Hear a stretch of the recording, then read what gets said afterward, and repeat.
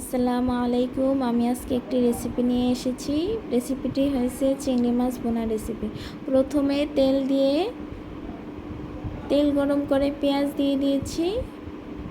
ভালোভাবে নেড়ে চেড়ে পেঁয়াজগুলো ভেজে নেব।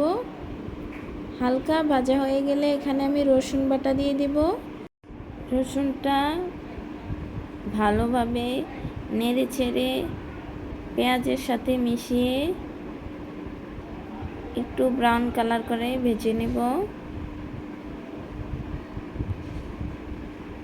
ভাজা হয়ে গেছে, হালকা পরিমাণ পানি দিয়ে দিব, মশলাটা যেন পুড়ে না যায়। এবার আমি এখানে বাকি মশলাগুলো অ্যাড করে দিব। প্রথমে হলুদ গুঁড়ো দিয়ে দিব 1 চামচ,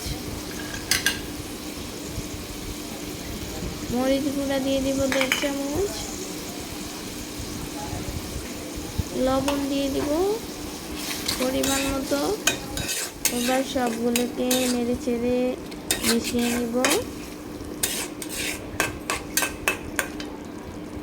মেশানো হয়ে গেছে, দেখুন কিছুক্ষণ আমরা এই মশলাটাকে ভালোভাবে কষিয়ে নেব। মশলাটা যত কষানো ভালো হবে টেস্টটা তত মজা হবে। একটা টমেটো কেটে দিয়ে দিয়েছি। এবার ভালোভাবে নেড়ে চেড়ে মশলার সাথে মিশিয়ে নেব।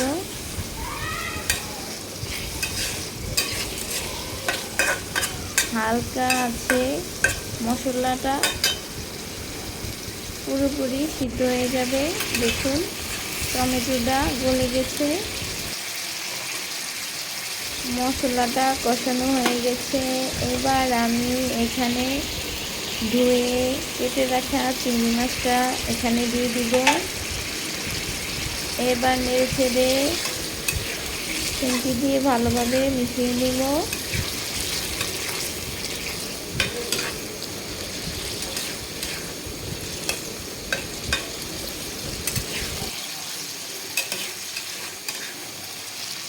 মাছ দিয়ে ভালোভাবে নেড়ে চেড়ে মিশিয়ে এবার কিছুক্ষণ জাল করে নিব।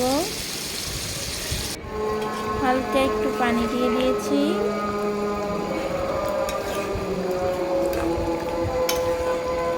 কিছুক্ষণ রান্না করে নেওয়ার পরে আমাদের চিংড়ি মাছ ভুনা রেসিপি পুরোপুরি পারফেক্টভাবে হয়ে যাবে। এভাবে বাসায় একবার চিংড়ি মাছ ভুনা ট্রাই করে দেখবেন, ইনশাল্লাহ।